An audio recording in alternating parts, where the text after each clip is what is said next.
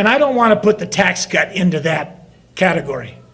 But I would make a case that when the Soviet Union, Khrushchev and Gorby looked at the U.S. economy rallying in the early 1980s, out of that malaise, out of that inflation, out of that unemployment, where economists were saying, Lester Thoreau wrote a book saying the era of growth is over.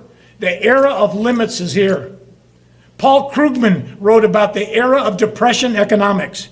Friedrich von Hayek, a hero of mine, a conservative economist, wrote, the only way to fight inflation is with a depression. People were actually giving up on some form of entrepreneurial capitalism as a way to rally an economy, except for Ronald Reagan coming forth as President of the United States, and we helped elect him, you and me, and a lot of other men and women around this country who may have different thoughts about it, but I want to give credit to him for not only rallying our spirit, our inner spirit, our competitive spirit as Americans, but to rally the economy. More jobs have been created by small business men and women in the United States of America in the last 20 years than the Fortune 500 have created in 50 years. Women-owned businesses have created more jobs in the United States of America in the last 25 years than have been created by the Fortune 500 in 50 years. We've restored the democratic, capitalistic, entrepreneurial idea.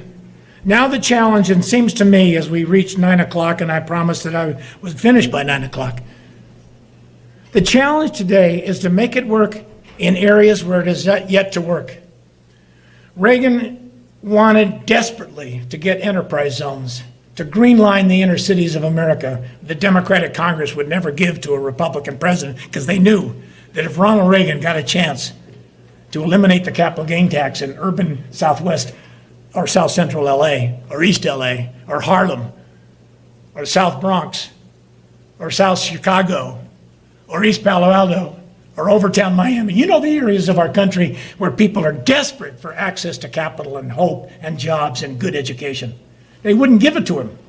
It was the Republican Congress, thanks to Newt, among others, who gave President Clinton the empowerment zone in 1994 that allowed him to put empowerment zones into Harlem and into many parts of the country. There is a renaissance today in Harlem, New York, thanks to that empowerment zone, which came from the Reagan years, which I stole from Bobby Kennedy and Bedford-Stuyvesant, who stole it from Luis Munoz Marin, who stole it from Abraham Lincoln, who stole it from Genesis 41:39.